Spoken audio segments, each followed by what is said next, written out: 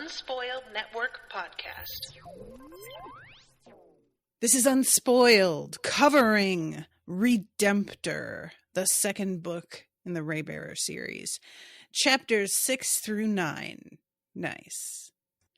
In these chapters, Sean had just taken a sip of her beer.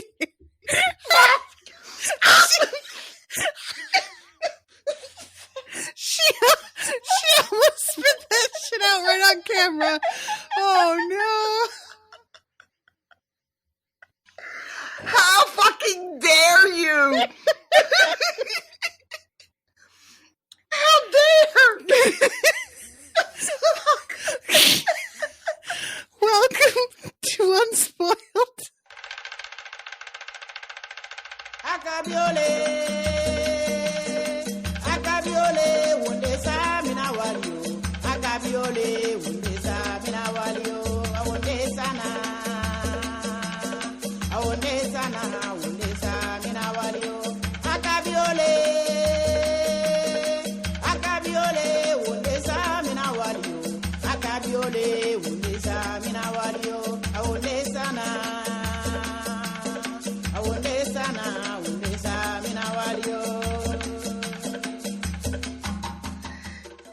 Trying to kill me. Welcome to the show, everyone. I'm Natasha. I am RoShawn, and I am fighting for my life. What is happening? Why would you do that? I didn't think it would hit you quite so hard. It was just a little joke. It was just a little throwaway joke. Patrick said I hollered when I saw the nice in the Patreon message. See, I didn't see that. So I put it on the Patreon message. I put it on the Discord, the Facebooks. I put it everywhere. I thought you would have seen it coming. I did not see it, so that shit was a real live reaction.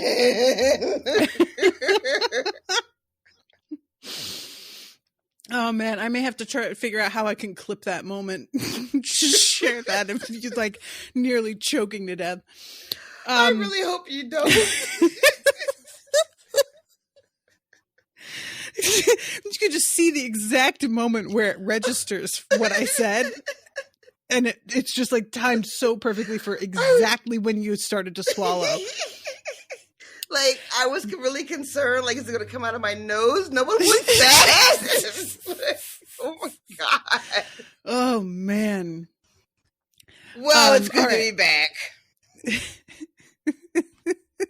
Oh no, Patrick, I still almost dropped a dumbbell on me when you did that just now. Listening to this while working out is a hazard.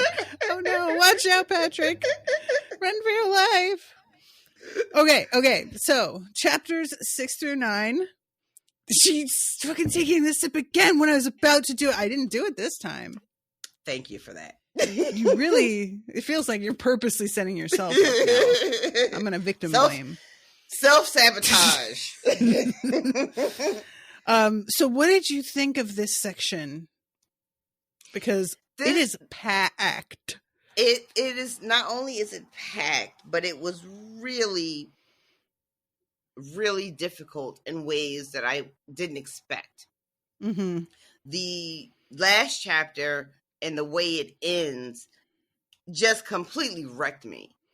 I didn't expect it to end the way it did, and Tara makes a choice that I really didn't expect, and I'm not really happy with, if that's, you know what I mean? Like yeah. It's one of the first times where I've been like, oh, this is not the way to go. This is a misstep, which is a weird thing because so far I've been so on board and being like, okay, yeah, she's got it right. She's got it right. This doesn't feel like she's got it right, and I don't like it. Agree.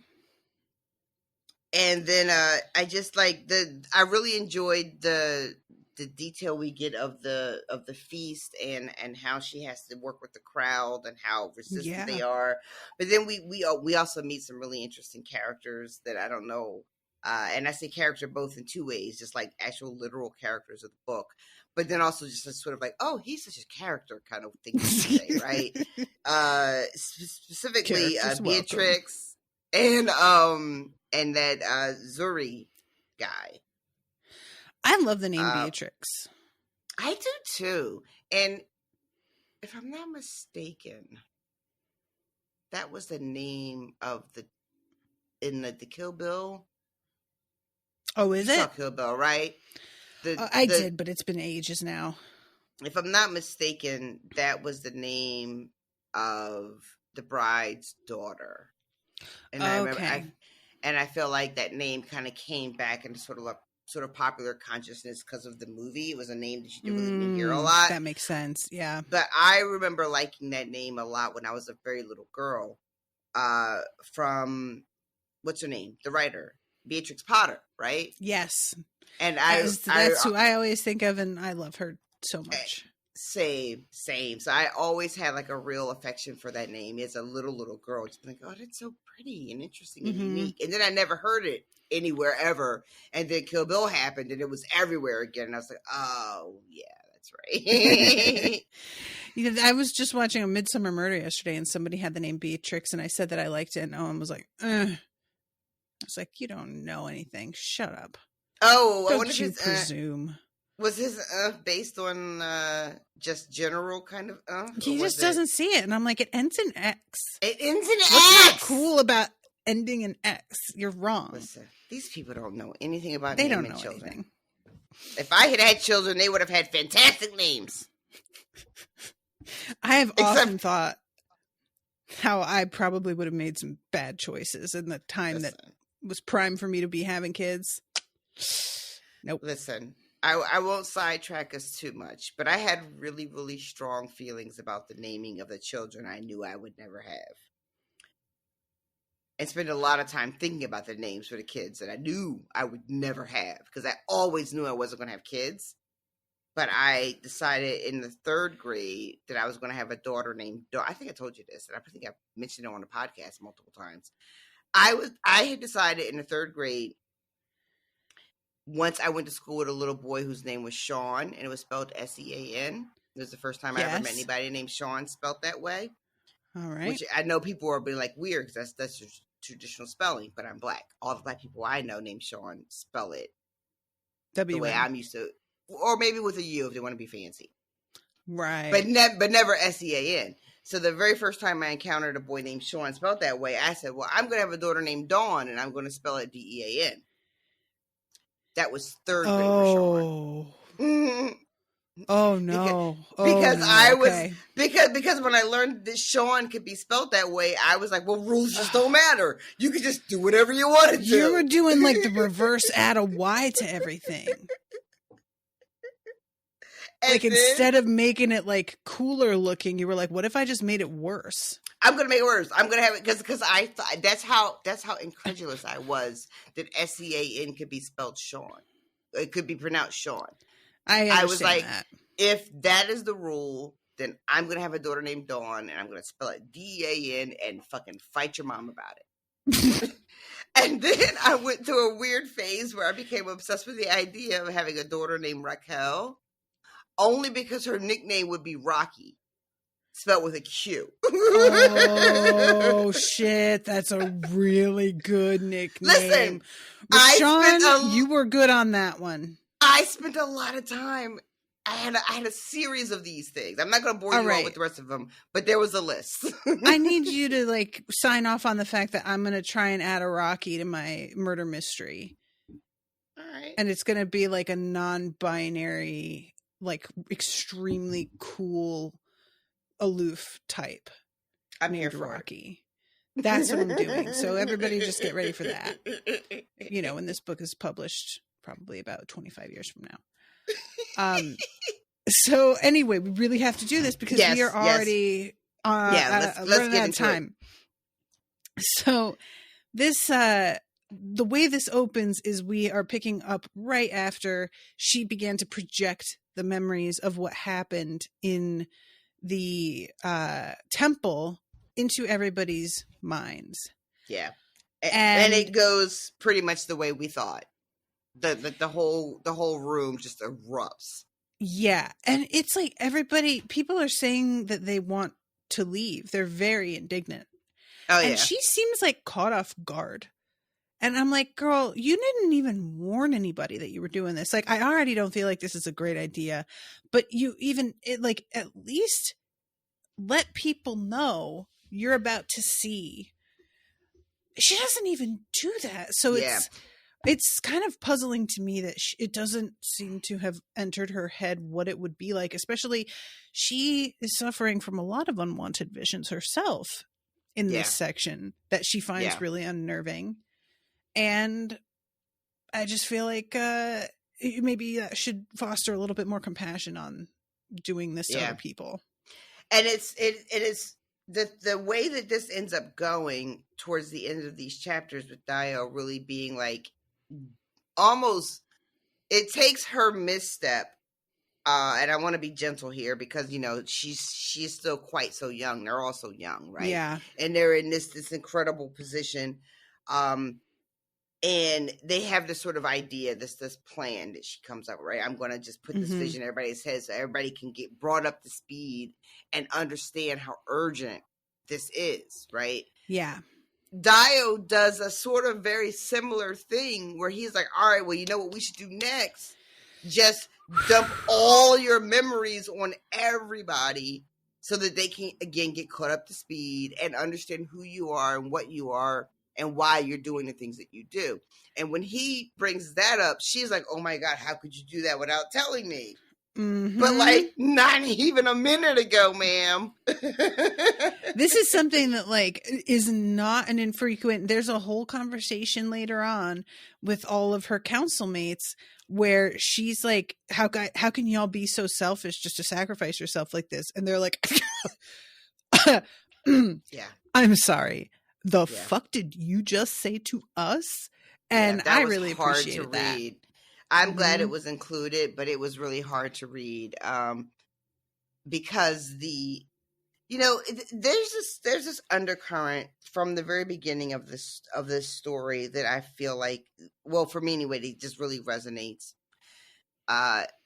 When you think about her Tara's deep longing for family and community, right? And how just desperately she needed it and what it felt like when she finally got it. And then when we were reading the first book, we kind of veer off into a Tar specific adventure, right? Where she goes away from the council and she goes with Win and everything happens, right? And we don't get to see what her absence was like for her siblings, her council siblings. Right. So I really appreciated that moment where they were all just like, pardon me? You were just flying off willy-nilly whenever like the whims, struck you because you figured this other thing was more important or took precedence over what we were all doing here together and what we all meant for each other. And as a reader, because we're in Tar's POV, I was swept away too. I wasn't thinking about her council siblings when she was off, doing her thing. Well, and her council siblings, as much as like we get to know them they don't entirely feel like real people. They just feel like an obstacle she has to deal with a lot of the time.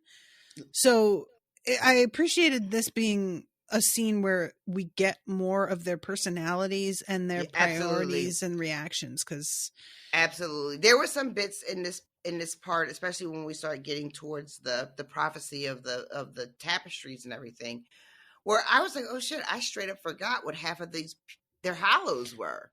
Definitely. I had completely forgotten about the prophecy and that, this one does that and this one does the other thing, But so these chapters, as hard as they were for me to read, and they were really uncomfortable when she gets called out by her council siblings, though I will say I got a little emotional because right after the call out,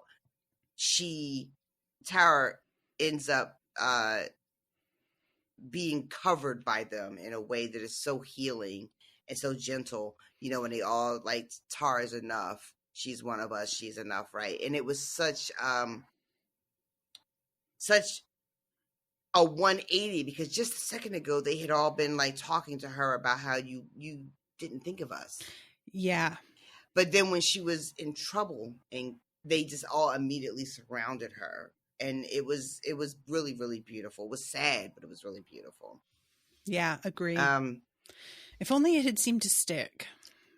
Yeah, the way this ends, man, I don't know how we get here. This feels really like, it just felt off. Mm. You know, it did. It felt off. And I don't know what to make of that. I don't know if it is the way that these chapters end with them, because they basically kind of accuse her of being a different person than what she was. Yeah. She went away and she came back different. Mm-hmm. And she thinks to herself, oh, I'm not the little needy, desperate, clingy girl who took everything from everybody because she needed to be loved so much, Mm-hmm. you know? And now that I'm not that person, they don't like who I am now. And I mean, I don't want to get too like talking about my own shit, but that really bounced around in my head a lot. Mm-hmm. There is there can be a fear that what people value in you is your need for them. You know, people can start to value you because you want them so much or need them so much or are so desperate for their approval or their recognition that's why they keep you around. And then when you don't perform that anymore to the way that they're accustomed, they can begin to look at you a little differently, you know? Mm-hmm. And that's a really fucking hard place to find yourself. Yeah. And what bums me out is I don't know how accurate her perception of that is. It doesn't feel right to me. Yeah. It doesn't, you know? And so I don't know if that's her being influenced by something, if that is, you know, these visions. I know, right? And it's like a 90 degrees in Philly.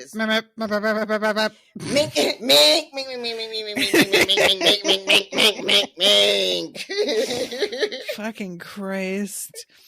Yeah, it's like 90 this weekend. The bikes are out. They are out. Damn, it's hot there compared to here. Okay. Yeah, it was like 80-something degrees a day here. It's fucking ridiculous. It's April. Calm down. Calm the fuck down. We had a wasp in the house today. This whole fucking spring situation is just like fucking... I don't know why that fucking detail got me so bad.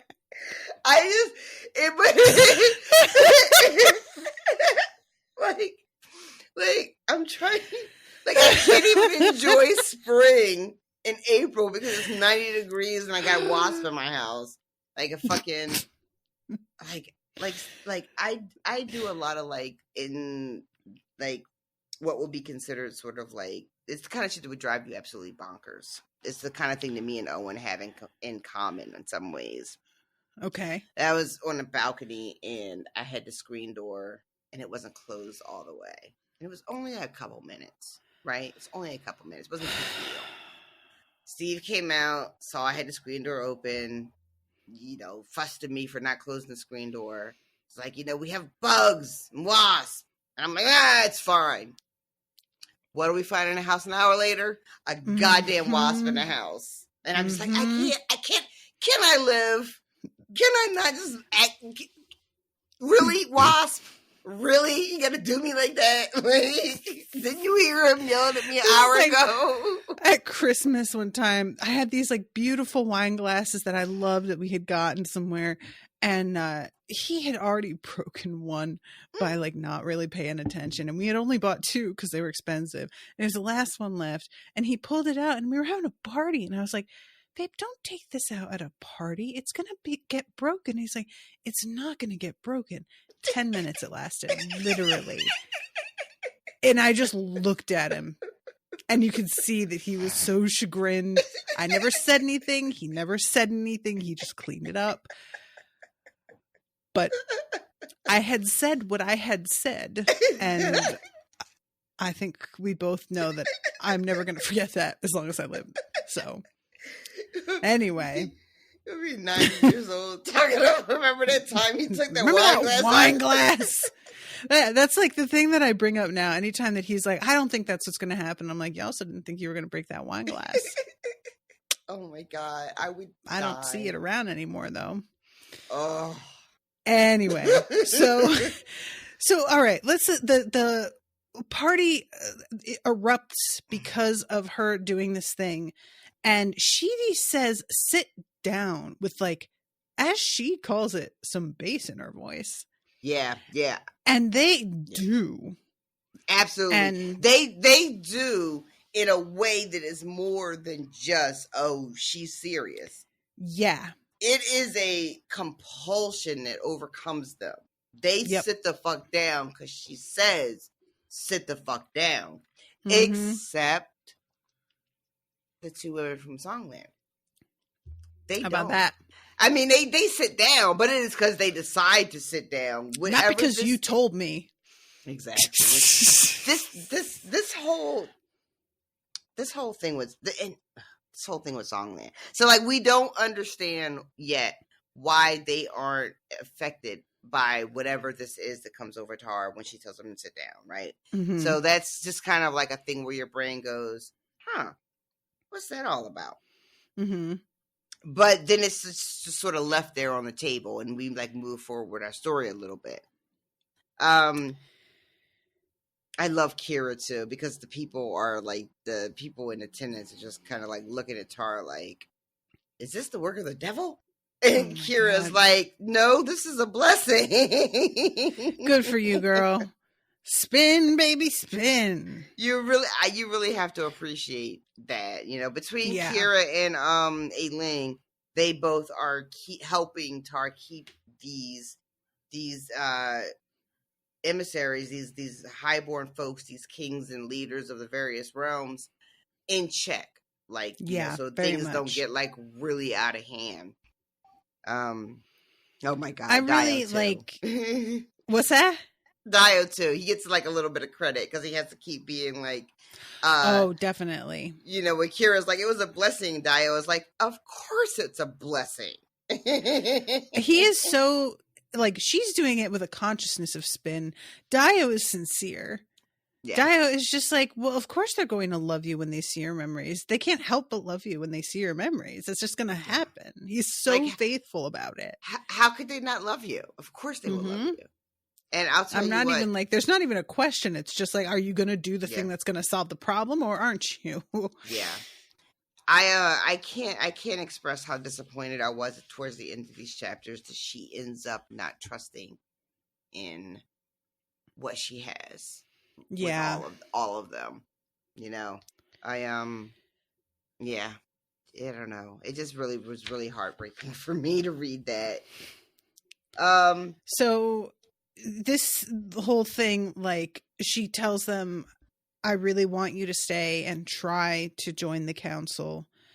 And a lot of people are talking about like, well, what happens if it works? Are we just meant to be like, some of us will be stuck here and we've got actual places to run and take care of, and we're just going to be glued to your side? Yeah. And Ailing brings up the Kuso and is like, this is a way to connect via the ray without being right beside one another. Yeah. Which is a real big step, actually. Yeah. I love that, some of the people at the feast are just kind of like, okay, that's actually really fucking impressive, Yeah. This is basically new technology that didn't exist in the realm, right? This is like, cell phones.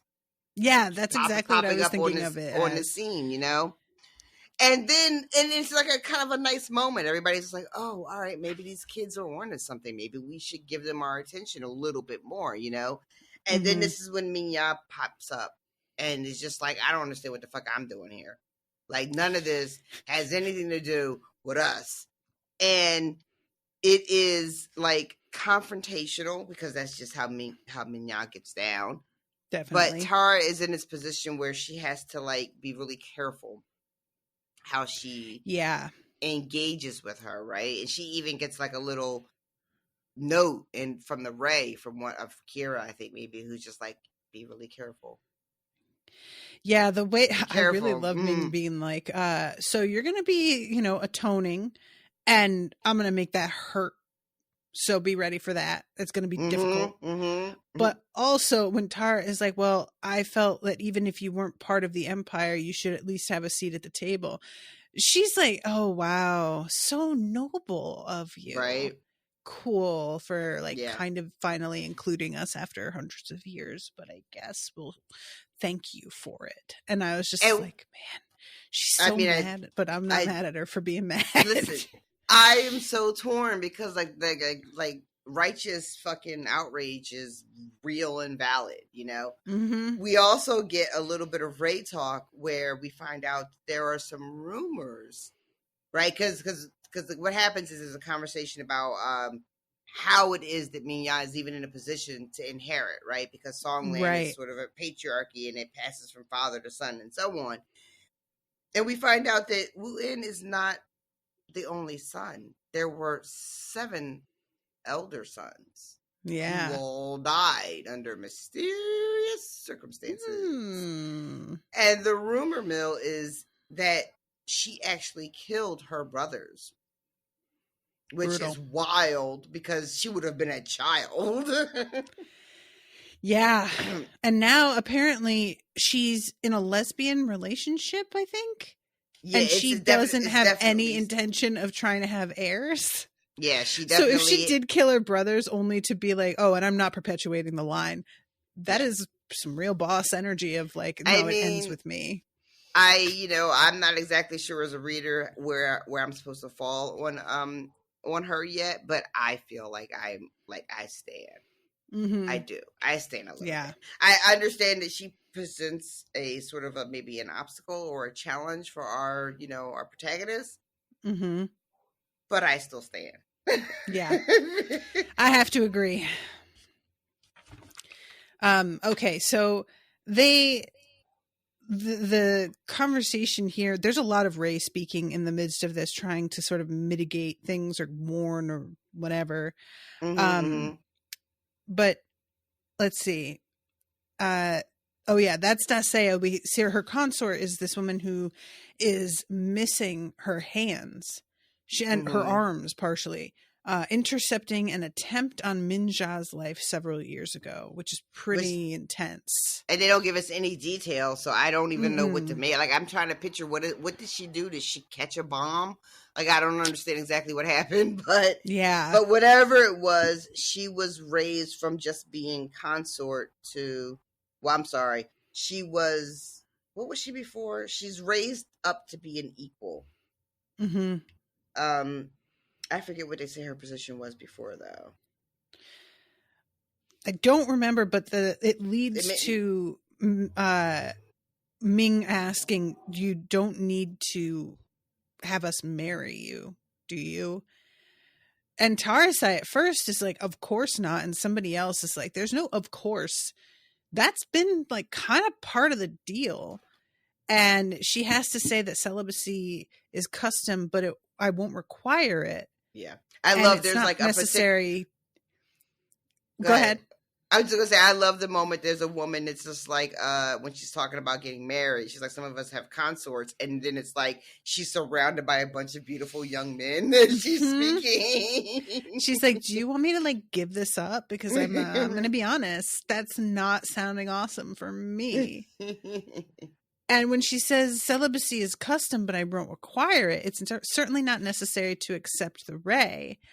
A strident tenor remarked, "How disappointing." And it is Zuri, king of Djibouti, who sounds very hot. He sounds extremely hot. He does. He does. It sounds like all the women are catching the vapors. Well, not just the women. Several people are catching the vapors. And this is where I'm trying to remember which council member is from Djibouti. You mean in hers? Yeah. I mean, I guess Dio's is Jeet. Is it G? I thought Jeet was from Dharma. Oh, Dharma. Oh, wait, you're right. Who is Djibouti then? God, I was like totally sure it was Jeet. Is Dharma part of Djibouti? No, because the person from Darmy is a queen. She's the one that says Derma is she's the one who has her concubines all around her. I went to the back to see, but there's not a, what do you call it, in this book. Well, it doesn't matter. Yeah. I'm not sure. It might not be one on the council that we know really well yet. But and so he's this sitting here drunk and just like, Is I was he, really though? looking forward to fucking around with you. See, I don't think he's really drunk. Interesting. And why is that? Well, there's this weird line that says something about how she noticed that everybody else had drained their cup after cup, but his has always been full. And like that could go either way, right? It could, oh my God, Patrick. Do you see wanna that share with the comment? listening audience, RoShawn? Patrick says Zuri is giving Thomas Wraith, and he is. Yeah. For those who aren't aware, that's a character in the Dresden Files. If you're not aware, why aren't you he's aware? a succubus, an incubus. I don't know. A fuckubus. Fuck you, Vis. That's really very good. I don't even think I came up. I feel like I saw that somewhere, but I can't credit it. I don't know who I saw. That is so good. No offense to you. That is so good. It has to have already been said somewhere. Yeah. It's just I'm one of pretty those sure. things that's that good. Patrick, that is outstanding. And if you don't know who Thomas Wraith is, why aren't you listening to Dresden Files with us, y'all? So this guy, I think he's pretending to be drunk. I think he is pretending to be a fool. I think he's pretending to disarm people, but I don't know to what end. You know what I mean? Gotcha. I don't know to what end yet. But his whole steez is all like very you don't have to take me seriously. I'm just, a fool. Look at me. I'm dancing and I'm saying outlandish things to the Empress, and you know what I mean? I don't know. She says something like, well, traditions are made to be broken. His dark features shifted in surprise. Then he erupted in laughter. The low musical sound infected the hall, easing the tension and causing others to join in. I smiled instinctively, though something about Zuri's laugh made my brows knit. He didn't sound insincere exactly, just precise, as though his voice were a song practiced to perfection, an instrument carefully tuned. I meant no offense, Your Imperial Majesty, said Zuri, flashing a pearly smile that left me just a little breathless. And yeah, he is just... I look forward to falling in love with all of you, he says, before he goes back to his little chair or whatever. And then there's somebody, a young boy. I really appreciated this too. A young boy who's a king says, "We don't have any special powers." Yeah, these people don't necessarily have hallows, which I had forgotten about this aspect of it. Yeah. I'm really glad that important. This is reintroduced, right? Because the whole thing of getting anointed in the first book is such a fucking process. Tests and trials and all this other stuff. And when you think about what Tara has to do, and she only has 2 years to do it, all the children that came to the palace in the first book, they came from all across the realm, and there were dozens from each area, Yeah. So if one didn't make it, you go to the next one in line. She doesn't have that. It's the people that are in the room have to fucking do. And if the author had tried to shoot in that all the people in the room also just happen to have hallows, nobody's buying. Yeah. Come on. I mean, there might be a part of me that would believe they would choose hallowed people for their leaders, but because that's never been said before and it was just popped up, I'd have been kind of like, okay, I guess. Exactly. And also if just having a hallow, we know in her defense, in the author's defense, she did lay out the foundation that multiple children have hallows, right? All across the realm. That's why you can have all these different It's not candidates. as rare as you might think it is, really. Right. So I guess she could have been like, well, I already told you lots of people have them. They just don't all have them to the, extent to become Raybearers. They're not all going to be on the council, be good enough, But I really appreciate that she specifically just says, no, that is not what my council is going to be made up of. That's not what I'm looking for. It's not going to be a requirement. And I love that the person that she has bring this up happens to be like a young person, Yeah. Because I feel like that is something that as you get older, you might have conditioned yourself to be less in awe of, Oh, it's not that special. That's interesting. I could see that. Or even sort of like you get past the sort of intimidation you feel when you know that there are people who have hallows and you don't, right? You get older, you're king, you're ruling, so you don't feel that sort of like, oh, I'm not as good as or not as special as anymore. But a little kid would absolutely be like, but I heard you had to have special power. Yeah, and I do like this as well because like having it be only people who have special powers can participate, that's like a complete accident of birth, Like there's just going to be a huge segment of the population that this is absolutely unachievable and that it's not something you can work toward. You're either born with it or you're not. Yeah. So it kind of sucks when you think about that being a requirement in the first place. But I also understand why it was there. Oh yeah, the idea that Tara would have a council where you don't have to have a hallow really tracks with so far what we have an idea of what it is she's trying to accomplish, which is a much more sort of equitable society, and the fact that you're born with a hallow is, while it is out of your control, you didn't really do anything to deserve it or earn it. It is definitely like a privilege that you just happen to be born into. And it excludes a giant number of people from the process of being able to get that kind of power. It automatically excludes people. Patrick says in the chat, I wonder if they get hallows once they get anointed. I don't see why that would happen. Yeah, that hasn't really been part of the way that this works, but it's so early in the second book that I'm not really sure. I love this next bit too, is Beatrix pops up and she's just like, I don't know. Pick me queen. I don't know about following a woman. They're just so emotional and irrational. I'm just not comfortable with it. And then the best line ever, ever, ever is fucking Ailing saying, she's one of those ladies. The ones who think it's sexy to have an inferiority complex. And I lived. Yep.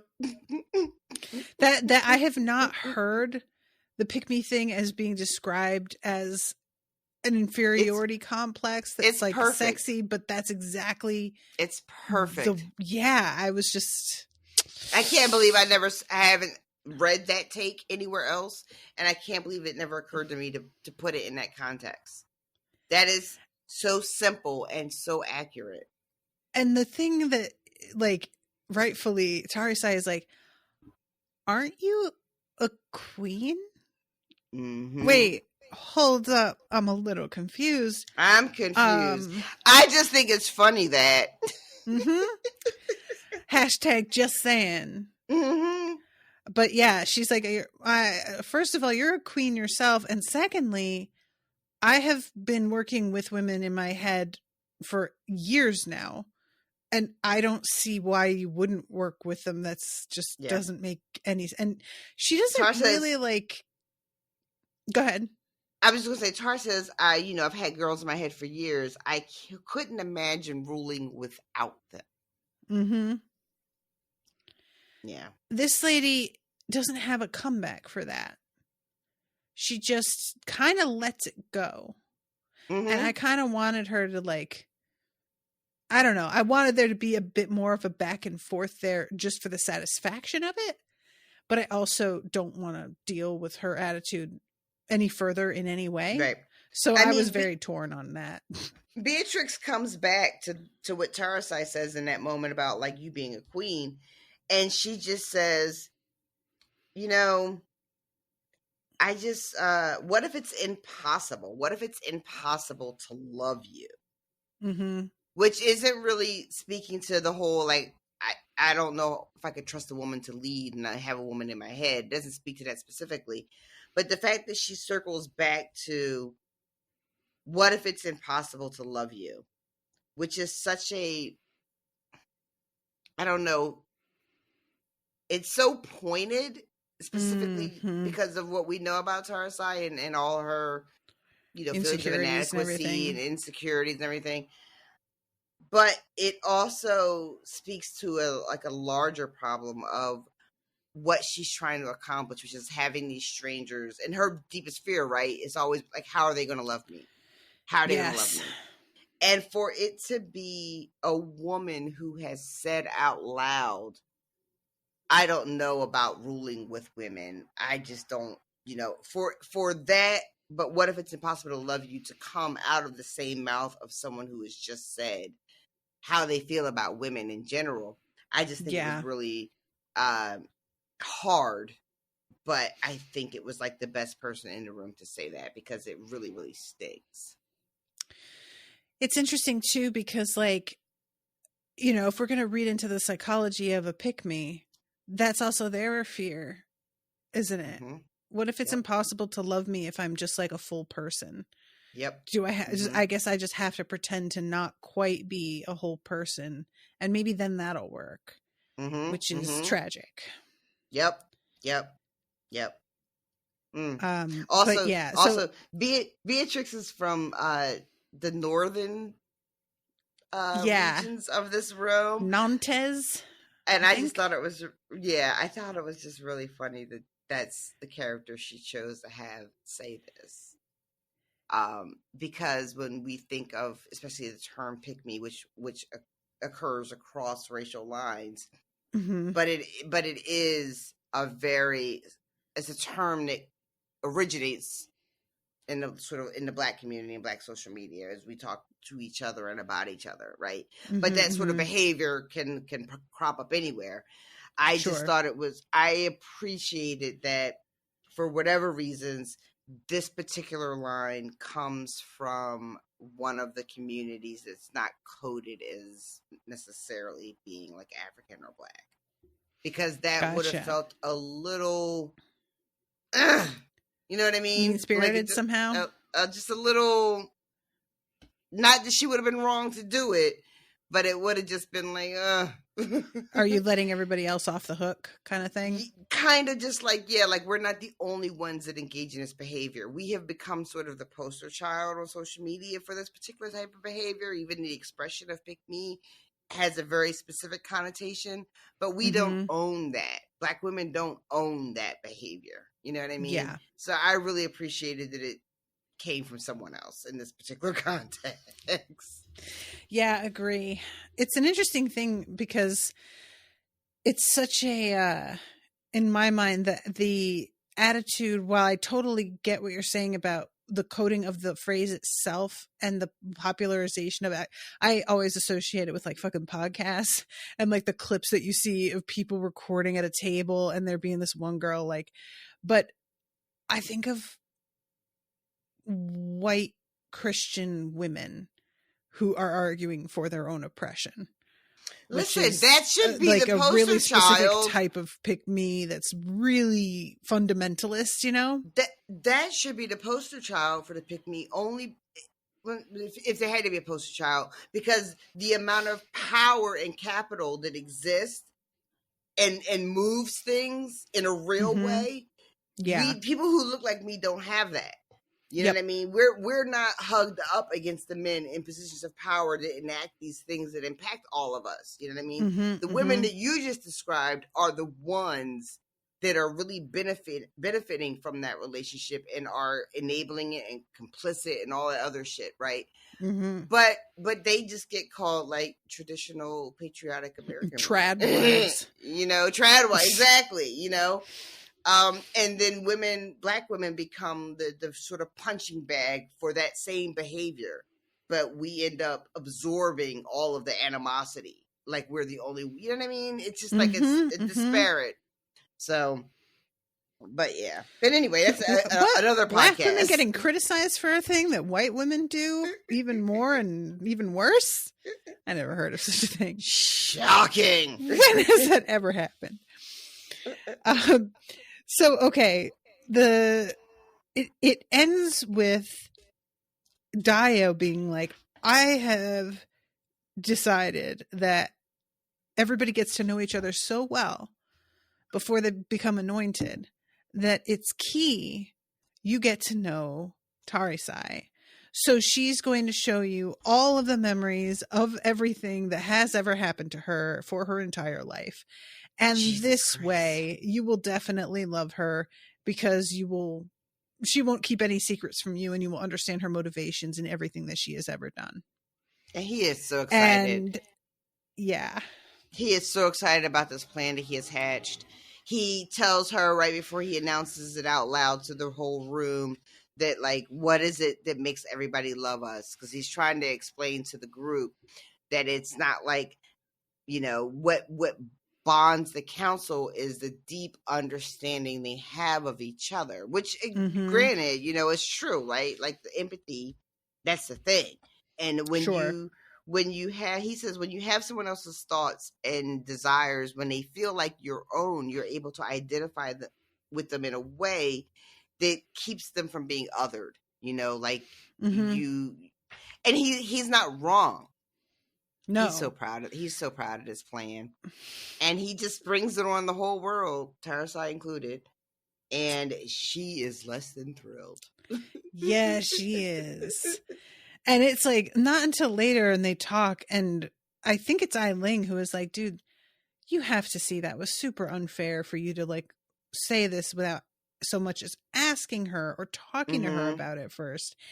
And while he does seem to understand once she says that, it gets brought up again that, yeah, he did this without asking you, but you're out here doing a lot of stuff just because you've decided it's the right thing to do also.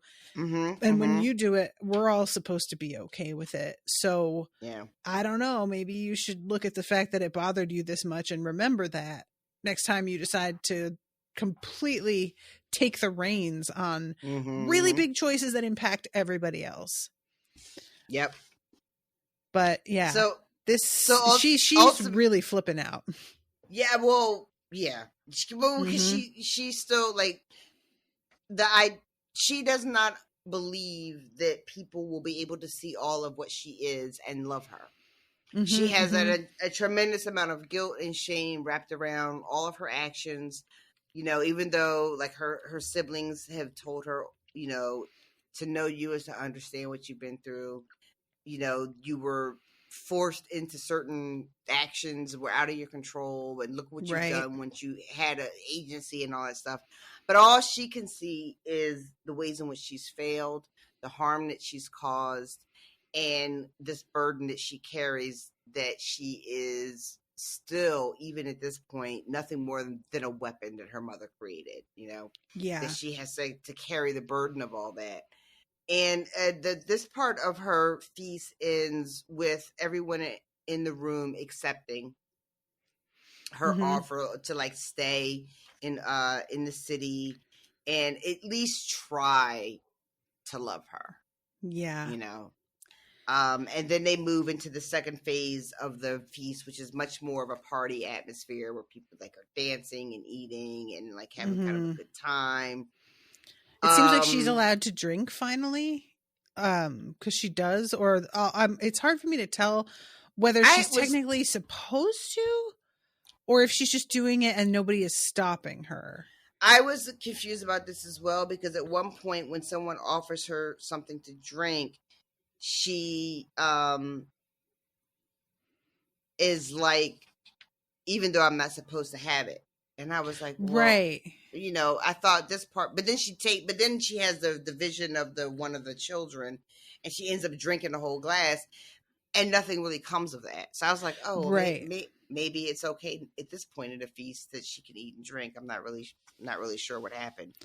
Yeah, same. There was a bit about her not dancing, which I just have to say really spoke to me as somebody who was never really good at dancing.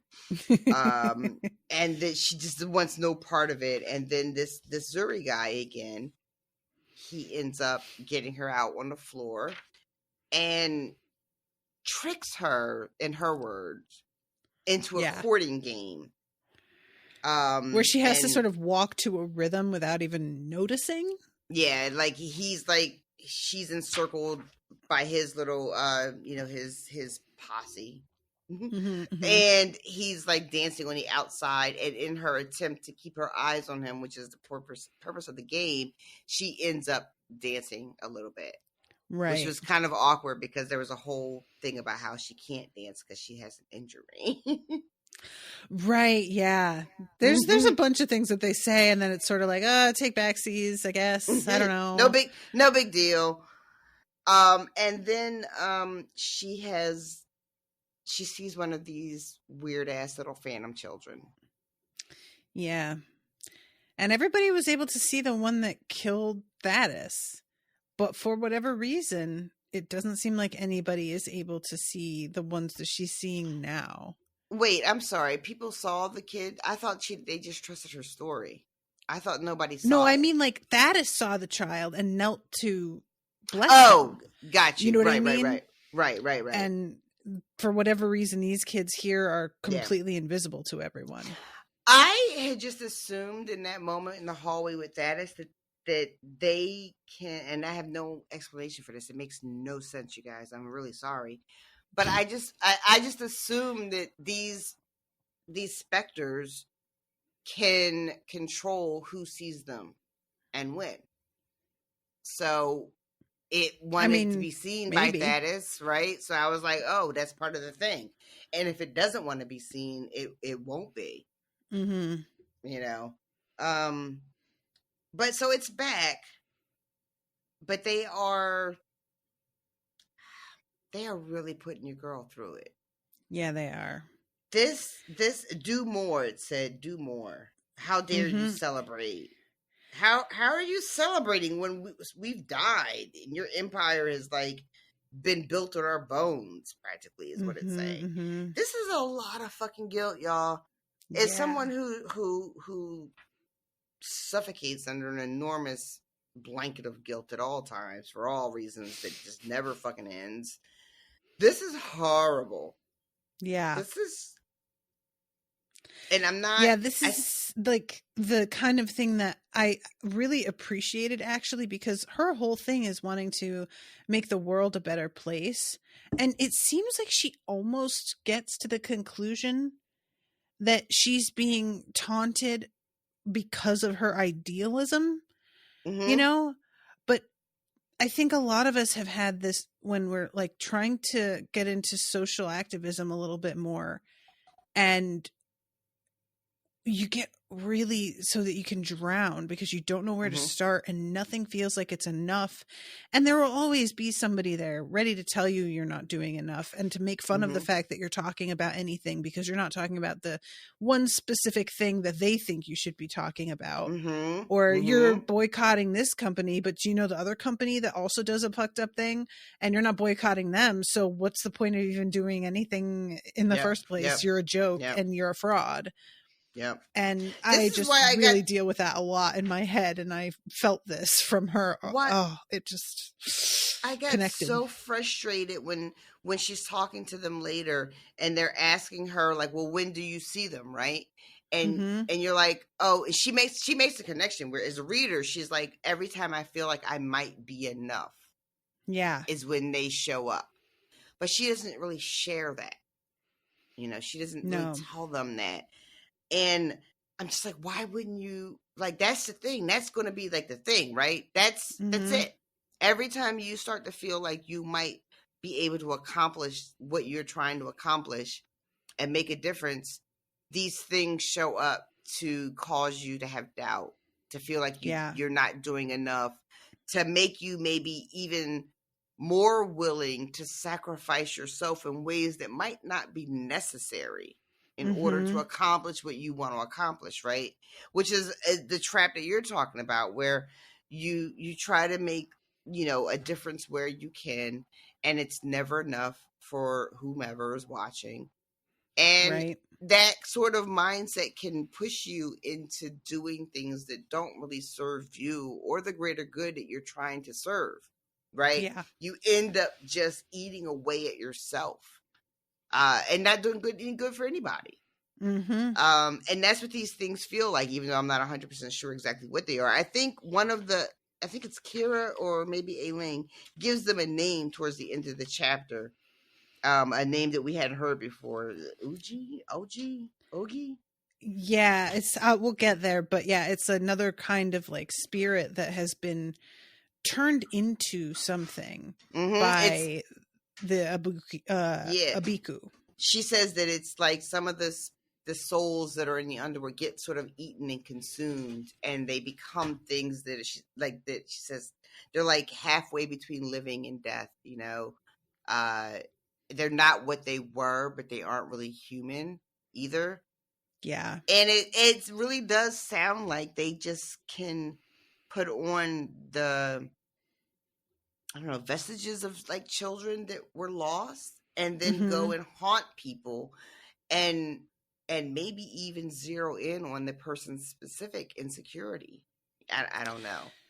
And I mean, the fact that she was able to see with that one kid, like get him to start to remember who he was. But then once he started to remember, it seemed like that signaled the start of him getting pulled back underground. So I could see it sort of being like, got to reprogram this one, his software is getting a little glitchy and we are going to have to do some real quick repairs. Yeah, but we'll send another one out though. Yeah. Yeah, I'm sure they've got plenty. So, and that's also like, I don't know. Like, I don't know a lot yet about what exactly the underworld is and what is going on down there, what happens to the children that don't make it out. But it sounds like, I don't know, it's hard for me to, like, I was thinking for a second as I was reading this evening, that if the Abiku were attempting to sabotage Tarisai as she begins this process, but for reasons I can't explain, I really took them at their word when they made this deal. I don't know why, but I really did. I was like, all right, they made a deal. She's got 2 years. They're going to leave her unencumbered and give her the 2 years to get to council and do her thing, right? I didn't really think that they could or would be like, nah, we can't let her have this. We're going to have to start like getting in her way immediately. And I don't know why I didn't think that. Like, why am I out here giving demons like credit for being reasonable and responsible and trustworthy? I mean, there has been some there's precedent for like, evil fae who are nevertheless bound by the contracts they make and the agreements they make. Maybe that's what it is. I think that's probably where it's coming from, is like, well, yeah, they're evil and they'll find loopholes as much as they can, but they still are bound when they can't lie, like various things. So yeah, that's probably I think that's where that's what coming it is. from. Because I was 100% like, oh, no, they would never. They wouldn't do that. What are they, demons? They wouldn't do that. and then reading tonight, I was like, why am I giving them so much credit? I've had this so many times over the past, 6 years especially, of being like, well, no, they wouldn't do that because, that's unethical. And then you're just like, oh, wait. And then I just have to be like, yeah, it is. And some people just live like that, girl. That's how they live. They just live unethically, and they're fine with it. You don't just do that shit just all spontaneously day, burst into flame if you're unethical, which is what it feels like will happen to me in my mind. Like, not even like the threat of hell. it's just like, well, I know I will be so haunted by the fact that I fucking did something shady. Yep. I won't be able to handle living. But there are people who just don't have that. Not at all. Just don't. They're not bothered by it. Not even a little bit. Don't give it a second fucking thought. Not even. Don't lose any sleep. I lose sleep over everything. A bitch cannot get a good solid 8 hours. There are people doing the most foul shit that sleep like a Patrick, rock Libra sun energy.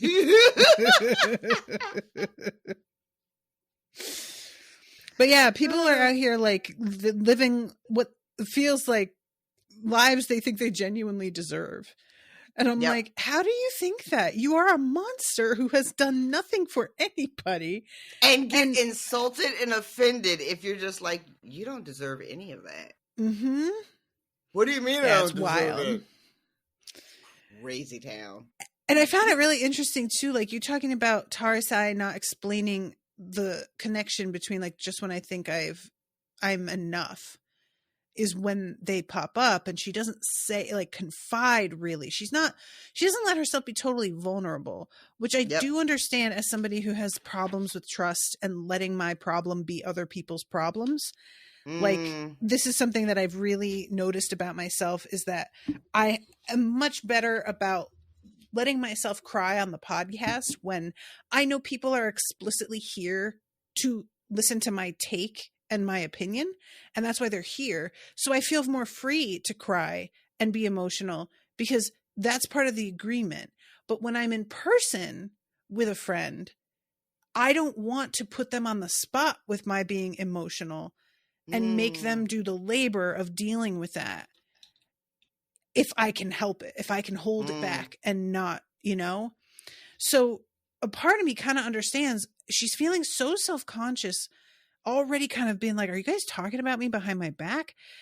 That deciding to not tell them this, even though it's the wrong decision, I can kind of get why she'd just be like, well, I'm not going there right now. I'm not doing it. Like everything is so much already. Right. And maybe I'll sort that out by myself on my own time now that I've started to kind of put that together. I can just, privately consider what that might mean and not make a spectacle of myself. That's really the feeling, for me. Right. Yeah. I really appreciate you saying that, because that really does piggyback on this idea that she's also working with in this moment, which is the me that I am in this moment is not the me that they've all grown to love. Right. Right. Yeah. So I'm already afraid that I'm not what they wanted me to be. How can I then, on top of that, be like needier, Yeah. And like the conversation also turns to, has it occurred to you that some of us like arts are the way it is? And so then you get into the, like, what happens when you start to be more socially aware, and not everybody in your group of friends gets where you're coming from because you have seen and experienced some things that they haven't. And they're just not quite on board the way, they would be if they understood more, but they're not there yet. And they're just kind of resentful of you always having a cause and always bringing stuff up and kind of ruining things that they used to enjoy. There's so much going on in that whole conversation. It's like, I wish that it was given a little bit more room to breathe, because then there's also the fact that I find it interesting that I completely understand, don't get me wrong, with the whole, like, I don't want to just show everybody my memories of the horrible things I did.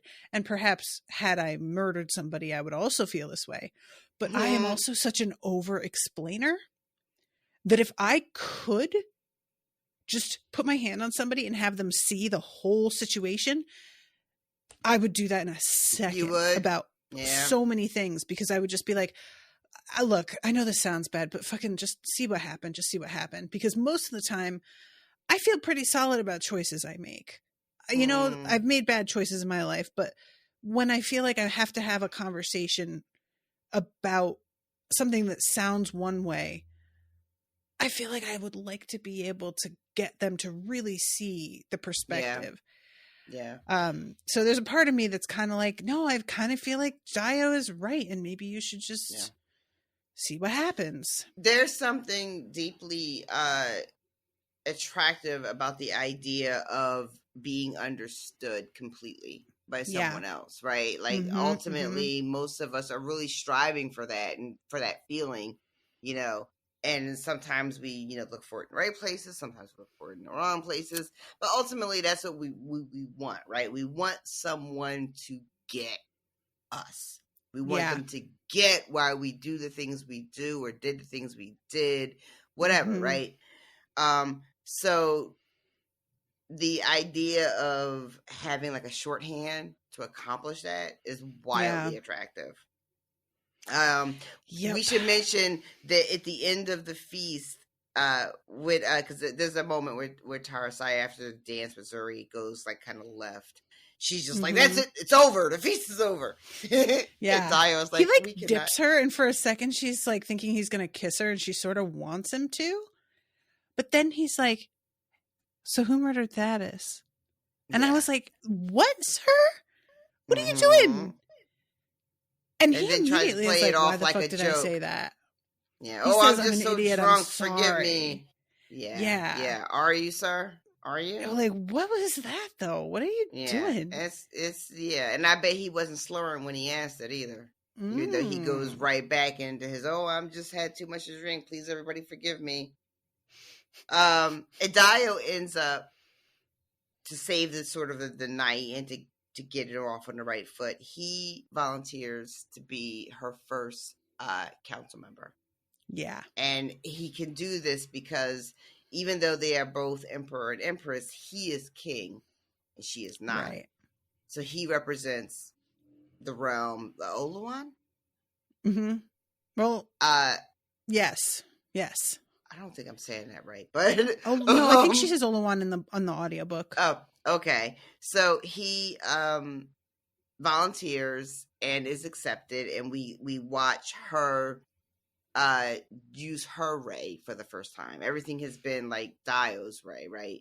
So we have this really neat moment because she doesn't know what the fuck to do, and also the words don't even make sense for what she's doing. Like the traditional words you say as you're anointing someone, like, and so then this thing happens where she just sort of surrenders herself to sort of like the same spirit energy of the god or whatever that happened to her in the cave. And we get this like wonderful new saying to bring Dio into her council. And she is clearly being taken over by something. It's like, I don't know if you guys have ever been to a church where people catch the Holy Spirit. Oh God. Start speaking in tongues and shit. It is a experience. I don't know if recommend is the right word, but but it is something. It is. If you've ever been to an improv class where they're like, communicate entirely in gibberish, pretend you're buying a couch, but don't speak in words. It feels like that. It's just a really awkward, like... You've been to one, right? Because you're well, I know your dad. My dad was super against that shit. Oh, was it? Was that of the devil? Yeah, it was of the devil. It was, you know, you're worshiping based on emotion and illusion. Oh. Yeah. Interesting. Well, this feels very much like, you know, she's taken over by a spirit of some kind, but everyone sees it. And when it's, they're just like, oh, wait a minute. This is real. This is what? Yeah, there's a real sense afterwards of everybody sort of looking around like, did Am hear me talking shit to her? Oh God. Well, like, this is too late now. People are like ready to be on their knees, you know. And there's a wonderful line too where she thinks about it later and she's just like, I don't want to be some like crazy oracle, you know, that's just kept up in a tower somewhere. Like that's not what I want. I need to be like on these streets getting shit done. And so all these people witness her power or a power coming through her. And everybody is just kind of like, oh shit, she's for real. And then her and Dio have this moment where they it's like in stereo. It's like surround sound. That's so cool. I love this so much. It was really, really, really cool. Yeah, because they each have the ray and they each have each other's ray. They're hearing their voices as the other person. It's basically doubled up. And so it's like a very resonant sound when they each speak to each other this way now. I love it. And they're both just like, this is weird, but I like it. And then the other one is like, yeah, I like it too. I love their relationship. I really do. I know it's probably going to be put to a couple of tests and, might be difficult because that's what, stories are. Mm-hmm. But I don't want it. I'm like, Josh, no, I don't want it. I don't want it. I don't want it. I really do like when he's like, I have a surprise for you, Tar. Her immediate reaction is like, oh shit, he got me. She tells this story about this fucking elephant. Yep, because he was like feeling guilty that he wouldn't let her learn about Swana and stuff before. So he's like, oh, I got you this thing from Swana, and elephants have really good memories, and you have a thing with memories, so it's perfect. She's like, and meanwhile, that bitch is out in the field causing destruction and chaos. And they had it, last I heard, they had it pinned up. That is so adorable, though. I want it. Really is. It really is. So he gets anointed. We have that whole thing wrap up, and then we have a scene with her and Jeet, where they are making out, and there's like a consideration of whether they're going to have sex. I've got to admit, the way the book starts with them talking about like sleeping together, I thought they had been having sex this whole time. I thought they had sex too. Yeah. Patrick, and it was just consummated. I just thought it had been consummated off screen, and that maybe the writer didn't want to write the thing, but we were just going to go ahead with that understanding. Yeah. So, it was confusing to me when we had this start, and he's like, "Are you sure you want to?" And I was like, "Wait, hold on." I thought there was what? There was a bit even where the siblings were like, "Yeah, we could hear what we can hear y'all." Through the ray. I was 100% sure they had already had sex. So when we get here and she's concerned about getting pregnant and a real concern about like having a child, she's just like, I don't know about all that, which is weird for her because she was like, I was supposed to have Dio's kid. Like, why am I having all these weird feelings about having children? And I'm like, ma'am, your mother. That's true. Of course you got weird feelings about having children. How could you not? Yeah, it's an interesting thing too, because she's like, I feel like I'm having feelings most women don't have. And she says, why am I so different about everything? Which I really do appreciate that being said. Like, it's a sort of stereotype to be like, oh, I'm not like other girls. I don't like the things other girls like. I don't want the things other girls want. But I like the way this is being set up here, where she's just like, I'd like to be able to relate to what you're allegedly supposed to feel about things at least some of the time. And it's never the thing. And I feel kind of like freaked out all the time. 100%. Yeah. I really love the way this was framed as well. Like you said, we often see this kind of in a sort of, it's so hard being different. But this sort of deep, sort of like, fuck, why do I always have to be different? In a way that is not elevating yourself or like a humble brag or any of that kind of weird bullshit that people do, right? It really does feel like, and I remember feeling, I think a lot of us feel like this at some point, right?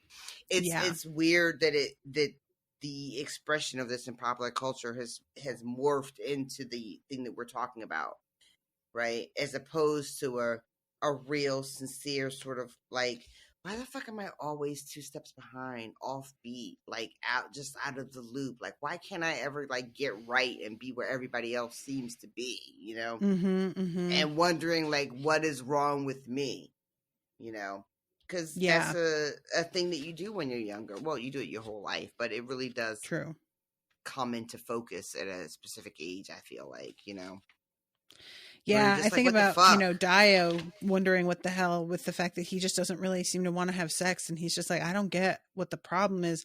I just like, anytime anybody falls outside of what we think is standard, how Mhm. confusing it must be, and how Mhm. frustrating. I've dealt with this in such a, what feels like a really minor way in the grand scheme compared to what obstacles could potentially have been thrown in my way.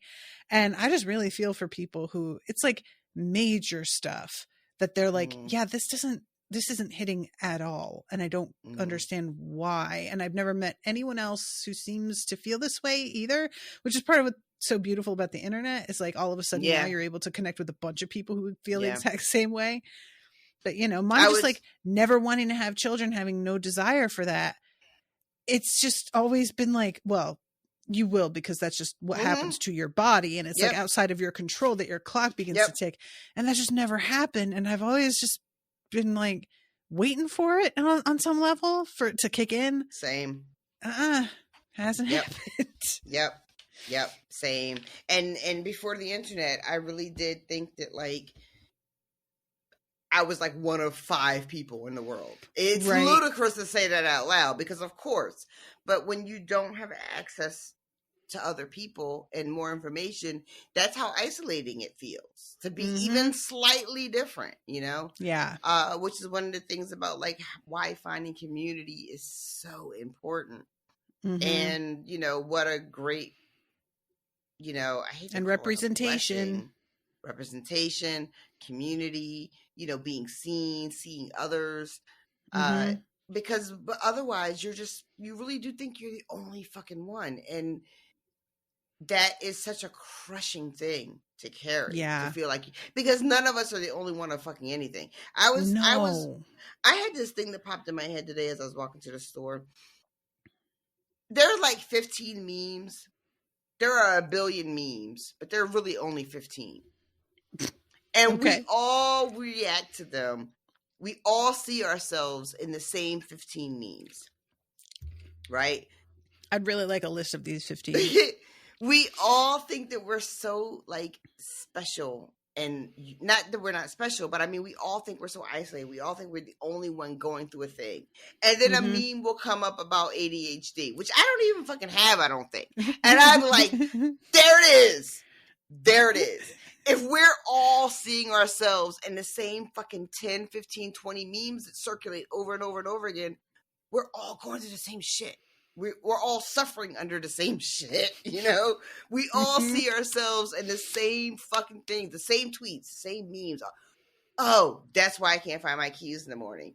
That's why I can't sleep at night. This is my bullshit job. This is, you know what I mean? Like, we are not nearly as individualized as we have been led to believe we are, because that sort of individualism serves capitalism in a very specific way and makes us all feel like we're the only ones that do a thing.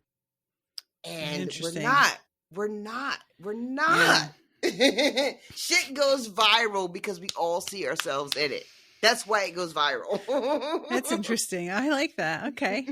All right. Well, everybody, memes should be the way that we band together to seize the means of production. So keep it in mind. Seize the memes of production. There you go. So this, the whole thing with the two of them, they wind up just not having sex. And I was kind of like, look, I get it. But also he says there are herbs and drafts that you can take. It's weird. In the audiobook, she says droughts. I'm like, girl, that's not how you say that word. And it comes up again, like in the same section, and somebody else says droughts. And I'm like, no.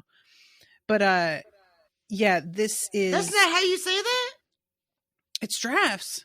Like a healing draft? Oh. Yeah. Unless it's spelled differently than I thought it was. But I'm pretty sure that I was assuming that it's the DRAUGHT. Well, whatever. We'll circle back to this eventually. Yeah, we will. So, okay, I'm just trying to... Oh! Patrick is saying they spell it droughts. DROUGHT. All right, well, I take it back. I assumed it was draft because that's the DRAUGHT that I've always seen for being like, filters and potions. Filter being pH filter, not F filter. We talked mostly about the conversation that she has with her council siblings, so we don't need to go back over that, I don't think. No. But sorry, I'm hearing myself in your headphones. So it wasn't happening and now it's happening. I don't know why it happens, but apologies if this pops up on the recording, guys. If you can like hear an echo of me, I attempt to sort of do background sound dampening on RoShawn's files. And I think that mostly takes care of it, but every now and then it comes through. I had leaned in a little bit too. Sorry about that. Well, see, but I want you to lean in to the mic. So like, it's very frustrating. But yeah, this is the moment where she's like this moment that you were talking about. Maybe they're taunting me. Maybe they know that no matter how much I care, no matter how much I try, it'll never be enough. My voice broke as hot tears sprang to my eyes. Invisible caresses warmed my skin. Immediately, all 11 of my council siblings had bathed me with the ray, expressing a depth of love that words never could. I closed my eyes, caressing them back, and each member of my forever family, each branch of my external heartbeat. And then this fucking kid shows up and says, "Don't tell them." And immediately, Kira is like, "It's in the room, isn't it? It's happening right now." I wanted her to be like, "Yes, it is." I know. They're very willing to believe you, and I don't know why you decide, after having had basically the whole conversation, you suddenly decide to walk it back. But he says they are blind and they are spoiled by privilege, numb to the true cost of change. And she did, and you hear are him alone. Just say, yeah, you are alone. She did just hear Maya Zadel be like, "Well, has it ever occurred to you some of us like it that way?" So there is some things that they have been saying that fit with this like accusation, I really want to call it, but that's still not enough. And I don't feel like for her to pull back completely. Her council member, it's not Kira, it's the other one. Her name is Emeronia. Yes, yes, that's how you say it. She's the one that's telling her that she's been haunted by these Ujiji, and she says that they can appear as both spirit and flesh, and they're known for mixing lies with the truth, which is what this thing is doing, right? It's taking the last little bits, especially the part you talk about like, maybe we like the Empire the way it is, maybe you're doing too much, and mixes it with some lies and some truth so that it hits Tara in a way that feels like, well, this must be right. Right. And this whole conversation is happening because the morning after her and Jeet spend the night together, but don't fuck, they wake up to news that there's going to be a volcano that is going to erupt from, I forget his name, but his tapestries, the one who can't see. Right. Imansa, I don't know. But, and so they realize that all of these natural resources, which have been mentioned kind of in the background, because it happens in these chapters too. At one moment, Tara's like, "Oh, I guess we own those mines. We own these mines. And how rich are we?" Right? All of these natural resources in the various realms are all about to sort of erupt, whether it's flooding or volcanic ash or fire. And they're all the like Melu. What is that? Alugbato. Right. Of these these areas that, and so all the council siblings are going to disperse. They're all going to go back to their realms to deal with these environmental disasters. Right. Which feels very pointed, by the way, y'all. Because I don't know if you've been looking outside, but it's really warm outside. It's not great.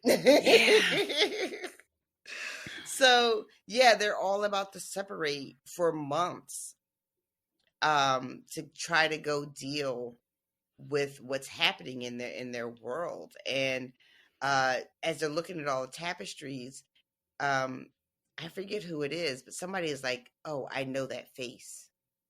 That's Malachi." Yeah, I'm looking through it to find the spot exactly, because I think it's Cameron who is just like, oh yeah, here it is. Malachi the Mad, Malachi of the Mountain. There's songs about her. I'd forgotten until now. No one's sure, but High Priestess Mbali believes Malachi is the Alagbato who made the doors to the Imperial Hall. No one talks about her. Some elders think it's bad luck to say. I think it's Malaki. Okay. Malaki's name within the palace walls. Anyway, no one's seen her for a century, though she's guarded that mountain range for a millennia. Mbali wasn't even sure she was still alive. And this is when Cameron says, I don't know why you're worried. We've got an Alagbato of our own. Tar'll talk down Mad Malaki, won't you, Tar? And I was like, that's a real big assumption, sir, that you're going to be able to just like have this convo. She's got it like she's half, right? Right? Really just putting her out there. He's like, oh, we all saw what Melo did for you. And it was like, yeah, but that was different. Yeah, he was literally her father. Like, and also was raped to be her father, so I wouldn't blame him if he felt nothing toward her, to be perfectly frank. I just feel, it's wild that, like, these people who know Tara so well could also miss some things, you know? Yeah. Like, this feels like something that someone who knows her as well as they should know wouldn't say. And yet, here we are. Which is, I don't know what to do with that, quite frankly, either. Because that feels like life, though. Because people can, like, really get you in some ways. And then other shit, you're like, do you know me? What is this? True. And then here it is, Cameron. If I've learned anything training magical beings, it's that species smell their own, no matter what they look like on the outside. Which, it's just like, oh, I've figured all Alagbato know each other. All right. But yeah, they're going to use the Kuso to sort of stay connected, even though they're going to separate places. So it's real good they got that figured out in time. It's very convenient. Maya Zadal is like, I can't wait to use my fucking cannons to try and blast these things. Most of them are fucking really super stoked about the idea of leaving. And Tar takes that really personally. Like, oh, y'all all can't wait to leave, which is weird because you left a bunch. Yeah. But she's like abandonment. Like, oh, you all can't wait to fucking leave me. Because again, her particular trauma and how she grew up, you know, that's a real fucking thing for her. Yeah. And then she ends up apologizing and being like, no, of course you all should go and do what you're trained to do. Like, of course you should. But that feeling she has of them all leaving her is real and intense. And I have to imagine it makes her even more vulnerable to whatever these weird phantom children are. Like, that's going to just be ripe, right? They're going to eat that shit up.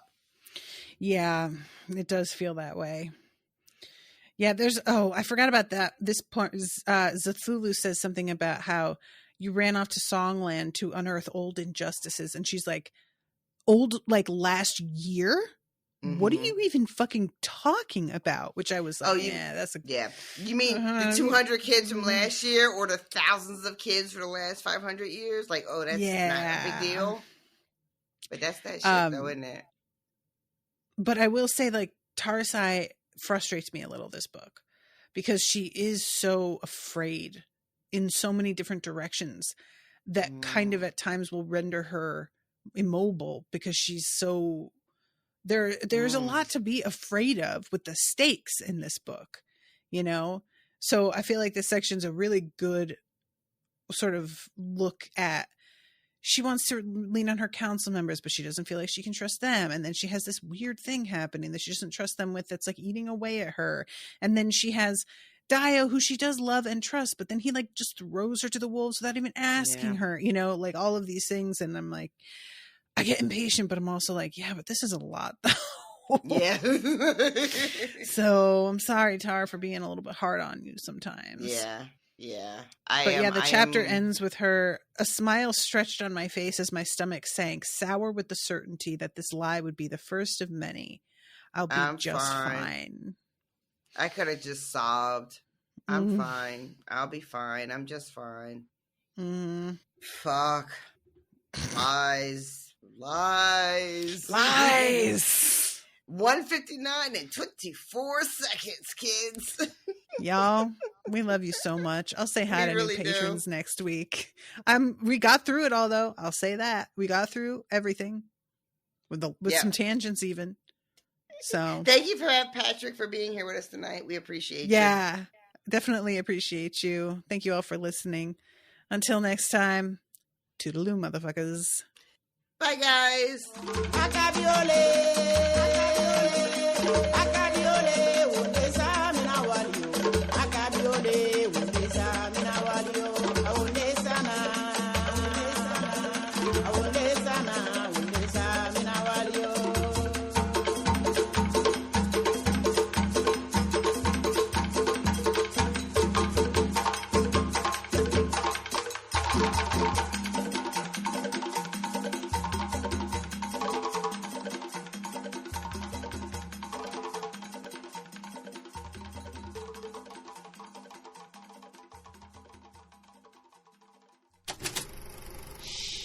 That was an Unspoiled Network podcast.